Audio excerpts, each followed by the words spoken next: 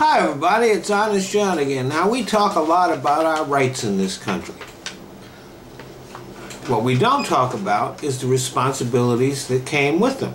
Our rights are enumerated in the Constitution, but the founders left out our inalienable responsibilities. So I'm going to take a few minutes here to talk about that. For example, we have the right to free speech.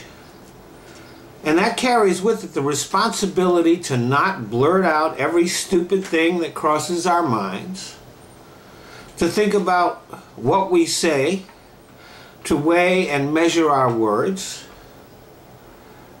to refrain from slander and libel and bullying and threatening and intimidating others, and the responsibility not to incite others to violence. And we also have a responsibility to tell the truth, something Fox News should think about.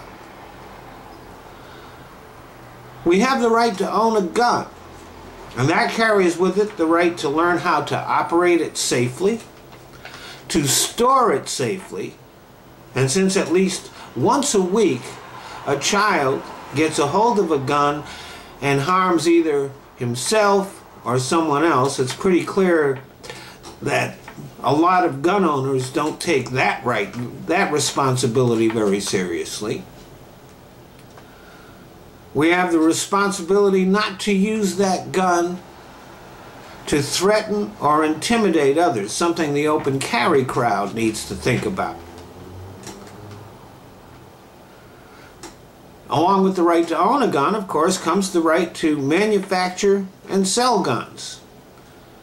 And that carries with it the responsibility to ensure that your guns don't get into the hands of the people who shouldn't have them. And since they are constantly lobbying to prevent loopholes in our gun laws from being closed and to open up new ones, it's obvious that they don't take that responsibility very seriously. We have the right to freedom of religion, and along with that comes the responsibility not to impose your religious values on others, to not engage in harmful religious practices, and to not use the pulpit to incite hatred or violence, something that both right-wing Islamists and right-wing Christians should think more about.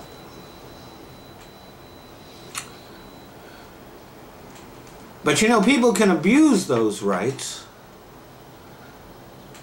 and they don't get taken from them.